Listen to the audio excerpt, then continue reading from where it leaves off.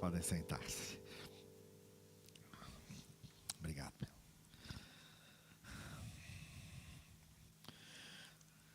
A gente vai ler um salmo conhecido. Eu acho que, com certeza, vocês que estão aqui, você que está acompanhando de casa, com certeza, em algum momento, já ouviram, já leram esse salmo, já devem ter se referido a ele. Talvez alguns até o saibam de cor, que é o Salmo 121. Levanto os meus olhos para os montes e pergunto, de onde me vem o socorro? O meu socorro vem do Senhor que fez os céus e a terra. Ele não permitirá que você tropece. O seu protetor se manterá alerta, sim. O protetor de Israel não dormirá. Ele está sempre alerta. O Senhor é o seu protetor, como sombra que o protege. Ele está à sua direita. De dia o sol não o ferirá, nem a lua de noite. O Senhor o protegerá de todo mal, protegerá a sua vida. O Senhor protegerá a sua saída e a sua chegada, desde agora e para sempre. É um salmo muito bonito, muito tocante. Alguns o têm até como seu texto predileto nas Escrituras. Mas é um salmo para se ler com o coração, como todos os outros salmos. Os salmos são poesia. E a poesia é exatamente o momento em que você coloca a sua emoção e dá um formato estético para o que você está escrevendo ali com a sua emoção. Então é muito comum o poeta se emocionar com alguma coisa e aí ele rapidamente passa para o papel. Aí depois desse momento de inspiração, aí começa o momento de suação. Porque aí ele vai voltar e trabalhar, e trabalhar, e trabalhar, até que aquele rascunho de emoção se transforme num texto esteticamente bem trabalhado e que vai emocionar outros. Pessoas que vão ler o que emocionou o poeta e vão se emocionar com a emoção do poeta e se emocionar com a estética do poeta. Com a maneira como ele organizou as ideias, como ele escolheu as palavras, como ele fez as suas rimas. E aí a arte é isso, é a gente se emocionar com o conteúdo do que o artista escreveu e com a estética que ele produziu, com a sua inteligência, com seu talento. Então é muito gostoso a gente pegar um texto de um autor que respeita a nossa inteligência. Eu gosto de ler autores que respeitam o fato de eu pensar. E gosto de saber que aquele cara que eu estou lendo gastou horas, dias, às vezes meses, para escrever alguma coisa. E dá gosto sentir que ele teve trabalho, que deu trabalho aquele texto, mas acabou saindo uma coisa bem trabalhada. E aí não é um negócio feito às pressas, precipitado, sem nenhum preparo. Como a gente vê e ouve muita coisa, não. O que emociona a gente é ver que aquilo foi esteticamente trabalhado, preparado. Cada salmo desses que a gente lê é um poema bem trabalhado, não é só a emoção do salmista.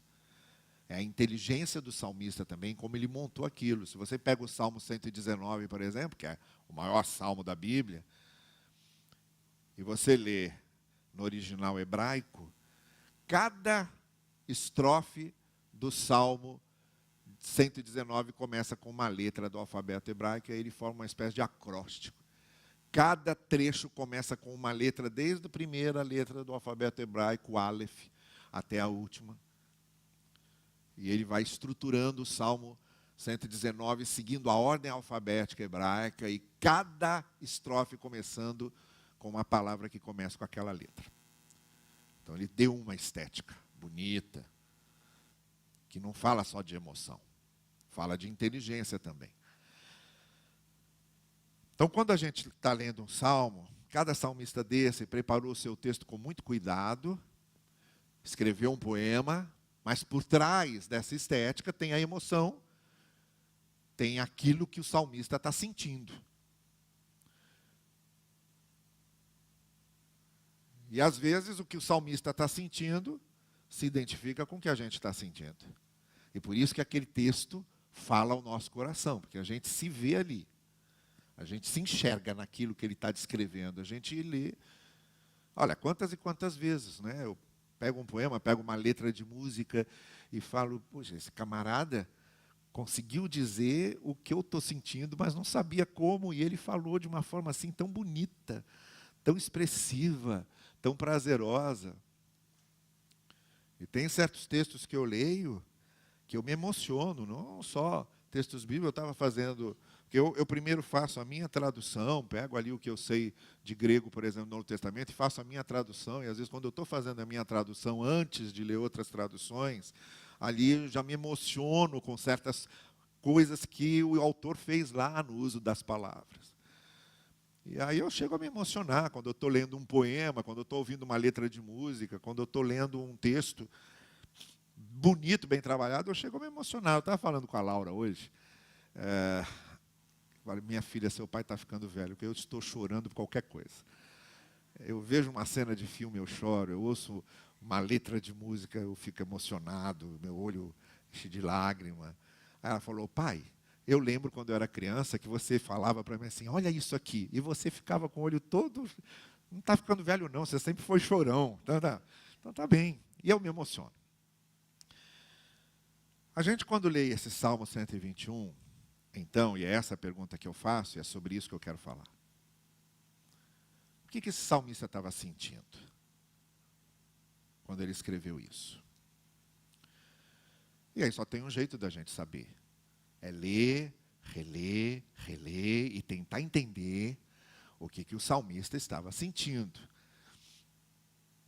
Isso aí é falar com os mortos, tá bem? No bom sentido. Já morreu, já está morto, e a gente conversa com o morto. Sabe como é que é? Você lê o texto e quer entender o que ele quis dizer.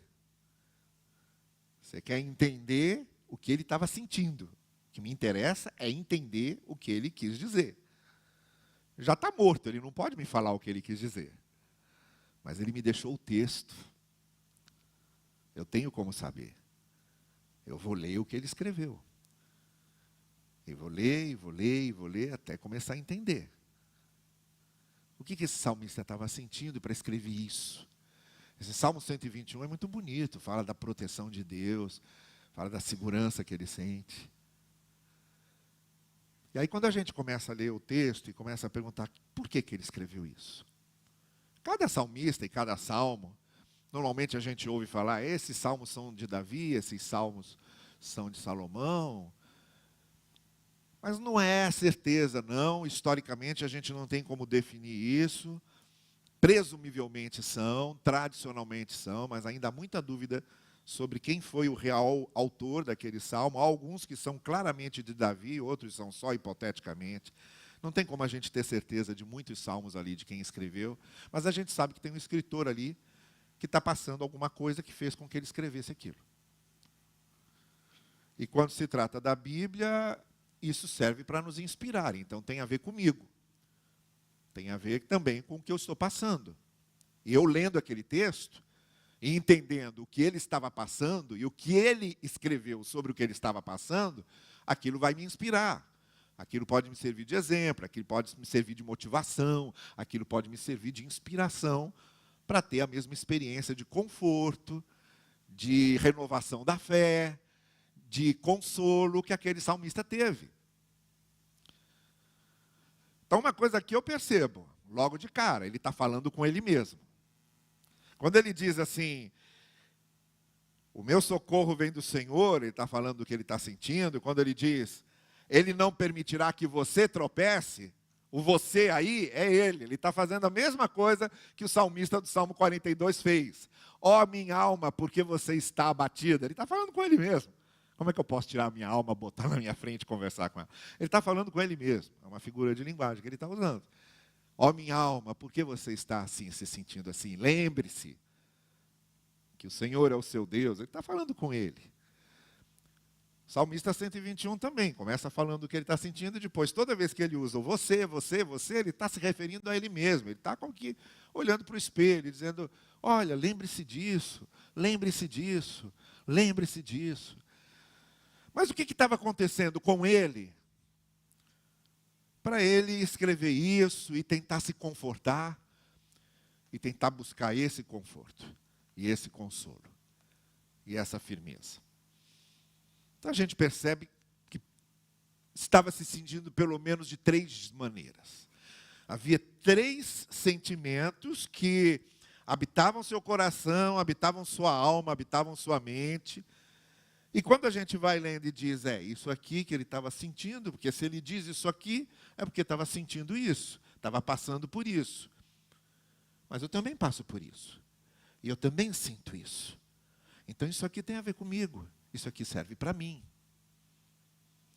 Quais são os 3 sentimentos que estavam passando pelo coração do salmista e que estão expressos nesse salmo e que são muito humanos?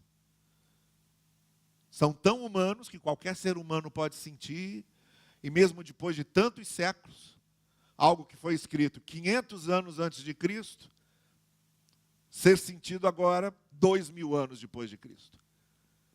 Com 2.500 anos de diferença, o que ele estava sentindo lá, a gente também estava. O nosso mundo não é o mesmo, nossas condições não são as mesmas, nosso contexto não é o mesmo, mas o drama humano é o mesmo.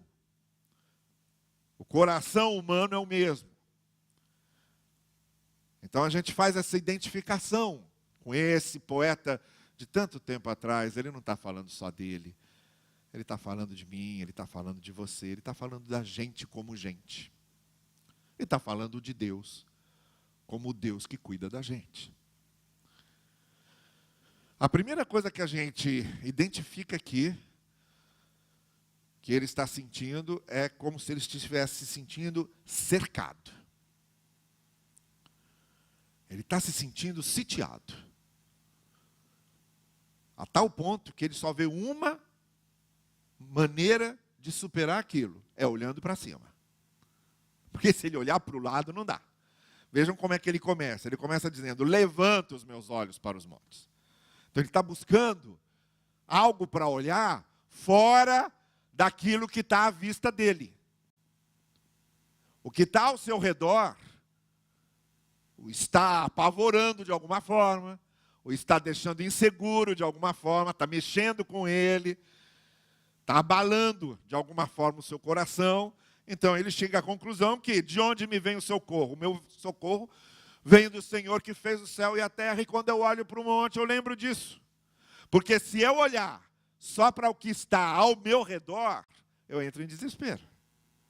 Porque quando eu olho para o meu redor, o que eu vejo é um monte de problema, é um monte de ameaça, é um monte de situações difíceis. Eu estou cercado. Olha, quantas vezes a gente se sente assim?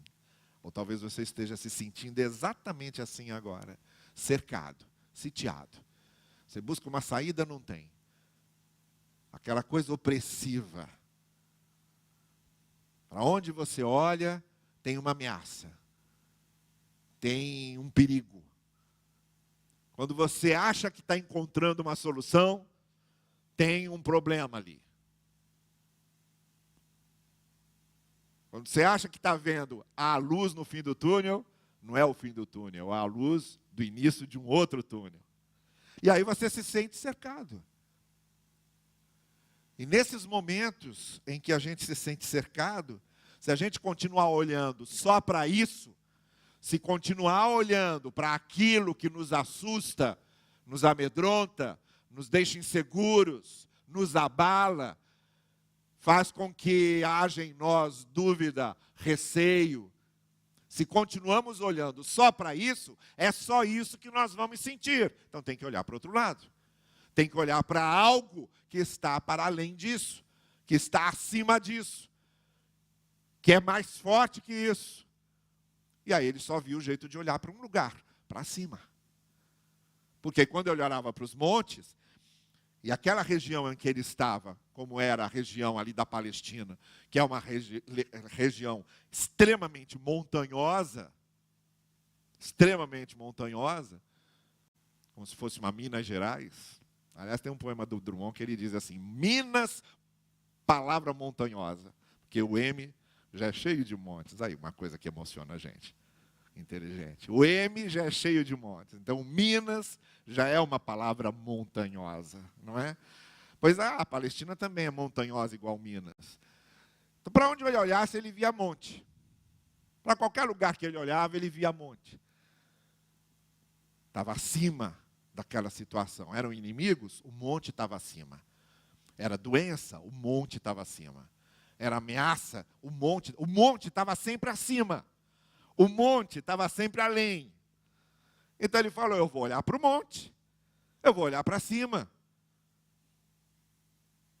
E aí ele se lembrava que era de cima, que era do alto que vinha o seu socorro. Quando a gente está se sentindo cercado, só podemos olhar para um lugar, para cima. É lá que a gente busca o nosso socorro. É no alto. É aquele que está para cima, para além daquilo que nos ameaça, daquilo que nos abala, daquilo que nos amedronta. Levanto os meus olhos para os montes, de onde me virá o socorro. O meu socorro vem desse, que está acima de tudo, que é maior que tudo. E aqui eu vou me sentir mais seguro. Então essa é a primeira coisa que ele estava sentindo. Enquanto ele se sentia cercado de problemas, de situações difíceis, de inimigos, de aflições, seja lá o que for, ele sabia que se ficasse olhando só para isso, não ia dar certo. Ele tinha que olhar para o que estava além, acima, e era mais forte do que essas coisas que o assustavam. E aí ele busca refúgio naquele que está acima de todas as coisas. Eu lembro muito do pastor Olavo Feijó, que inclusive durante um tempo esteve aqui conosco, foi meu professor no seminário, das pessoas mais inteligentes que eu conheço. Olavo Feijó costumava dizer o seguinte: você com uma moeda de 5 centavos, você tapa o sol. Se você aproximar essa moeda do seu olho, ela tapa o sol. O sol é infinitamente maior que uma moeda de 5 centavos, mas você tapa o sol se ficar com ela grudada no seu olho. Aí ele dizia: nunca traga um problema tão perto de você que você não possa ver a solução. Nunca traga um problema e deixe tão grudado em você que você não consiga enxergar o resto. E é isso que o salmista está dizendo. Tem um monte de coisa me cercando, mas eu não vou ficar olhando só para isso. Eu vou olhar para aquele que está acima disso. De onde me vem o socorro? O meu socorro vem desse, que está acima disso. Essa é a primeira coisa que ele está sentindo. Se sente cercado e busca refúgio no Senhor. A segunda coisa que ele está sentindo é instabilidade. A gente percebe isso no trecho seguinte, mas deixa eu explicar o que eu quero dizer com isso. Ele está consciente de que ele lida com uma realidade muito instável. No sentido de que nada é absolutamente seguro. E em nada eu posso confiar 100%. Não há nada naquilo que eu possa me agarrar e dizer: isso aqui é a minha tábua de salvação.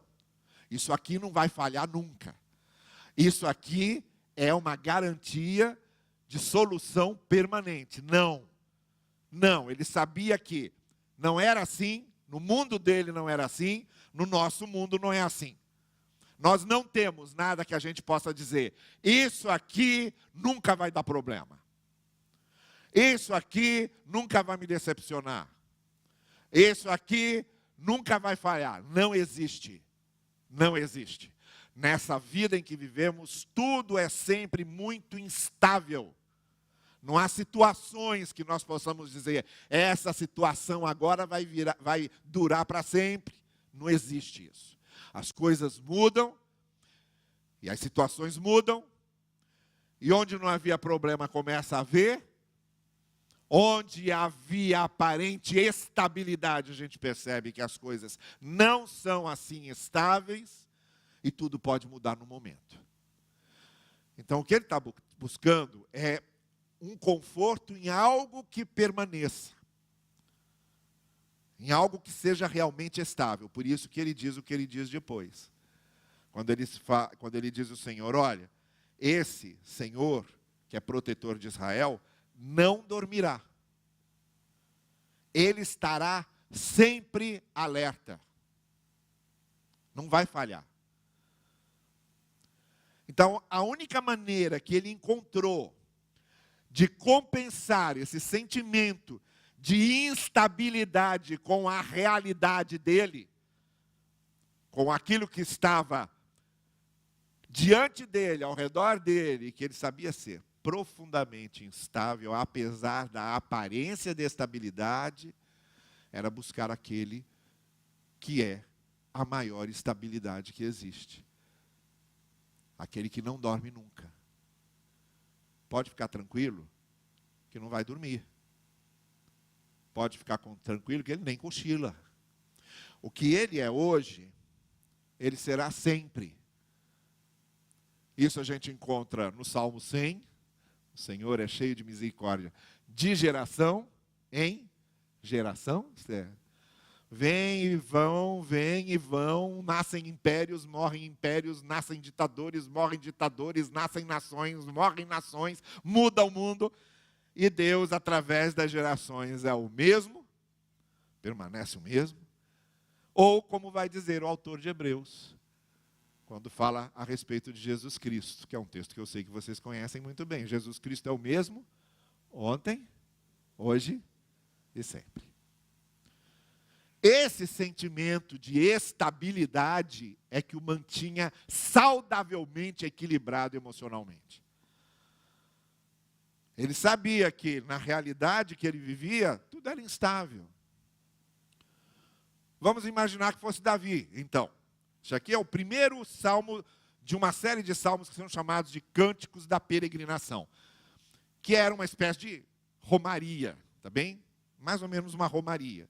O pessoal fazia um grande bloco de pessoas, vinham de vários lugares da Galileia e de outros lugares mais distantes, vinham para Jerusalém, para a Judéia, e caminhavam em procissão para o templo. Naqueles dias especiais de festas, eles vinham em procissão, e nessa procissão, eles cantavam esses salmos. Do Salmo 120 até o Salmo 133, você vai ler lá escrito no início, Cântico de Peregrinação. Todos eles. É um conjunto de salmos que são chamados Cânticos da Peregrinação. Vinham em procissão, cada um de uma área da Palestina, dos mais remotos lugares, todos indo para Jerusalém, todos indo para o templo, e esses eram os cânticos que eles iam entoando. Um deles era esse Salmo 121. E aí o que o salmista está dizendo? Nessa sua peregrinação, nessa sua caminhada, porque aquela peregrinação também simbolizava a nossa caminhada, nessa minha caminhada em que as coisas são instáveis, o solo às vezes é escorregadio, é inseguro, só tem uma coisa que me faz sentir seguro, estável. É o Deus que está comigo, porque eu sei que esse nunca dorme. Então, quando nós nos sentimos cercados, a gente tem que olhar para cima. Tem que buscar esse socorro naquele que está acima, porque se a gente ficar olhando só para o que há ao nosso redor, a gente entra em desespero. Agora, quando estamos nos sentindo instáveis, porque o mundo é instáveis porque as coisas não são estáveis, por mais que pareçam ser, a gente então olha para aquele que não dorme nunca, para aquele que está sempre vigilante, em quem realmente a gente pode confiar, porque esse realmente nunca muda. Por isso a gente fala tanto na fidelidade de Deus, nas promessas que Ele faz e que Ele cumpre. Passa tempo, e a gente acha que, não, essa promessa não vai se cumprir, acaba se cumprindo. Na nossa vida mesmo, a gente passa situações que às vezes a gente pensa que Deus se esqueceu da gente, e de repente está lá. Deus se fazendo presente, mostrando, olha, aqui é o tempo certo, eu não esqueci de você, eu não esqueci da promessa que eu fiz, está aqui. E tem uma terceira coisa que esse salmista está sentindo quando ele chega lá no final do salmo. Ele diz assim, o Senhor é o seu protetor, como sombra, Ele o protege, quer dizer, está sempre ali como sombra, grudado em você. E aí ele diz assim, de dia o sol não fere, nem a lua de noite, e ele diz, o Senhor protegerá a sua chegada, a sua saída para sempre. O salmista sabe que como peregrino, e aí eu volto a dizer, você tem lá os peregrinos indo para o templo, simbolizando a peregrinação da vida. Ele sabe que como peregrino estamos caminhando e a gente vai transitando pelas diversas fases da vida. A vida é feita de fases, de momentos, uma crise aqui, uma situação boa ali, uma tristeza aqui, uma alegria ali, e a gente vai transitando esses momentos, atravessando essas situações. Viver é isso, é ir atravessando as diversas fases, os diversos momentos da vida. Ele sabia que era assim. Ele sabia que era assim. Ele sabia que hoje está tudo bem. Hoje eu estou feliz da vida, estou dando bom dia até para a porta. Mas ele sabia que não é assim todo dia. Ele sabia que um dia ele acorda e a primeira coisa que ele tem é um vizinho batendo na porta dele dizendo, olha, o cano estourou e está pingando água no meu quarto lá embaixo. E aí você já tem que sair correndo atrás de um encanador para resolver o problema do seu vizinho. Ou então você sai, chega lá, pneu do carro furado, tem que trocar esse pneu. Já é um início de dia que promete. Está começando bem meu dia. Aí no dia seguinte, está tudo ótimo. Você recebe um telefonema dizendo, conhece sua tia fulana? Não, nunca ouvi falar. Pois é, ela te deixou uma herança. Que bom, que alegria. É assim. Aí chega no outro dia e vai dizer, olha, aquela herança tinha tanta dívida que você ficou com nada. Tá bom. É a vida. A vida é ir passando por essas fases, sabe? O que caracteriza uma pessoa sábia, como Eclesiastes 3 apresenta, é justamente a pessoa sábia, madura, ela sabe que há tempo para todas as coisas. Ela não quer que os tempos sejam sempre iguais, porque ela sabe que os tempos não são sempre iguais. Ela sabe que a vida é formada de tempos diferentes, e ela sabe que é preciso saber atravessar os tempos diferentes. É isso que difere uma pessoa sábia e madura de um tolo, ingênuo, crianção, que não sabe viver. E o salmista sabia disso. Por isso que ele fala, olha, de dia tem o sol que pode queimar, de noite tem a lua e o escuro da noite, tem as saídas e as chegadas. E aí ele diz, mas eu sei que em todas essas transições, de dia o sol não fere, de noite a lua não se apaga, eu sei que eu chego, eu sei que há momentos em que eu saio. Agora, seja qual for o momento pelo qual eu estou transitando, o Senhor está comigo. Ele vai comigo nesses momentos. O Dietrich Bonhoeffer, esse teólogo alemão, que eu gosto muito, ele dizia o seguinte, olha, o nosso grande problema é quando a gente resolve, o grande problema da religião, ele diz, o grande problema da religião é que ela bota Deus só naquilo que não pode ser explicado. Então isso aqui é um mistério, então bota Deus ali. Só que tem um problema, à medida que a ciência vai avançando, os mistérios vão sendo explicados. E aí, por esse raciocínio, a área de Deus vai ficando cada vez menor. Há 150 anos atrás, uma dor de cabeça era um motivo para uma vigília de oração. Hoje não. Hoje você tem uma dor de cabeça, você faz o quê? Neusaldina, né? Agora, dizia o Bonhoeffer, se a gente deixa Deus só onde há mistério, nos tempos como os de hoje, que a gente chegou a Marte, onde fica Deus? Se Deus habita só os mistérios. Vai ficar onde? Num recantozinho de mistério que a gente não explicou ainda? Ele diz, não, Deus está em tudo. Está inclusive na ciência. E na ciência a gente vê a mão de Deus agindo. Isso a gente pode aplicar também para isso. Por que a gente tem que ver Deus só nos momentos fáceis? Tem que chamar de bênção só aquilo que dá certo. Tem que achar que Deus está agindo só naquilo que está dando certo. Não. Deus está também naquilo que não deu certo. Deus está também no meio do problema. Deus está também no meio da aflição.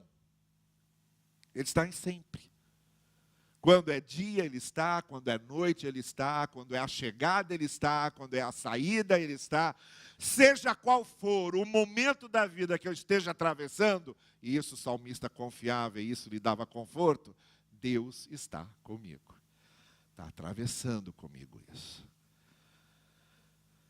Então, se você está se sentindo cercado, olha para cima. Se você ficar olhando só para o que está cercando você, você entra em desespero. Olha para cima.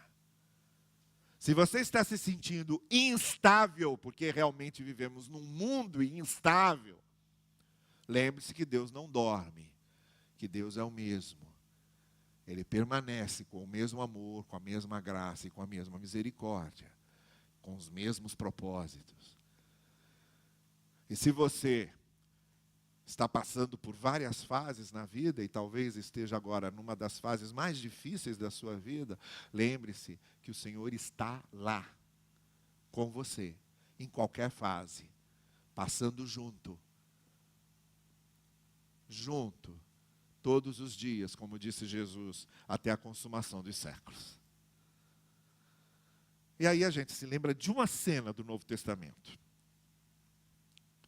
fazendo essa transição do Salmo do Antigo Testamento para a mensagem do Evangelho do Novo Testamento, a gente se lembra de uma cena, que é quase que um retrato de tudo isso que o salmista estava sentindo, que é a cena de Pedro se encontrando com Jesus no mar da Galileia, ou no lago da Galileia, que era tão grande que o pessoal chamava de mar, mas era um lago. E aí Jesus manda Pedro vir andando para ele. E Pedro se sente exatamente como o salmista se sentiu. Olhava para o lado e se sentiu cercado daquelas ondas, dos ventos, da maneira como o mar estava bravo. Olhava para as águas, estava tudo instável. E ele instável junto. E quase começou a afundar. E olhava para aquele momento e dizendo, meu Deus, esse momento aqui é muito difícil, eu acho que eu vou me afogar aqui. Tudo que o salmista sentiu no Salmo 121, Pedro sentiu nesse episódio. E a mesma coisa que o salmista viu no Salmo 121, Pedro viu aqui. Porque lá o salmista viu a estabilidade de Deus, a presença de Deus, Deus vindo do alto, Deus em cada fase da sua vida. Aqui, ele viu Jesus perto dele, estendendo a mão para ele, segurando para ele não afundar, trazendo ele para dentro do barco.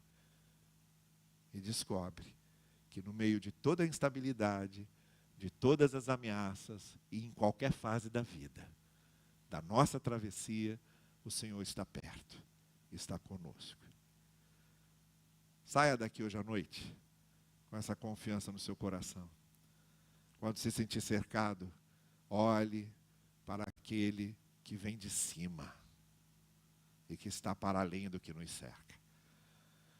Quando você passar por situações que mostrem a você que é tudo muito instável, tudo muito passageiro, lembre-se daquele que não passa. E quando você passar as diversas fases da sua vida, as mais difíceis, as mais doloridas, as mais aflitivas, lembre-se que o Senhor está sempre com você, atravessando tudo junto e segurando na sua mão para que você não afunde. Saia daqui com essa confiança no seu coração e que essa semana seja uma semana em que o que o salmista sentiu lá no Salmo 121, você sinta com Deus pertinho de você e o Senhor na sua vida. Que Ele assim nos abençoe. Amém. Vamos ficar em pé e vamos então cantar o cântico que o grupo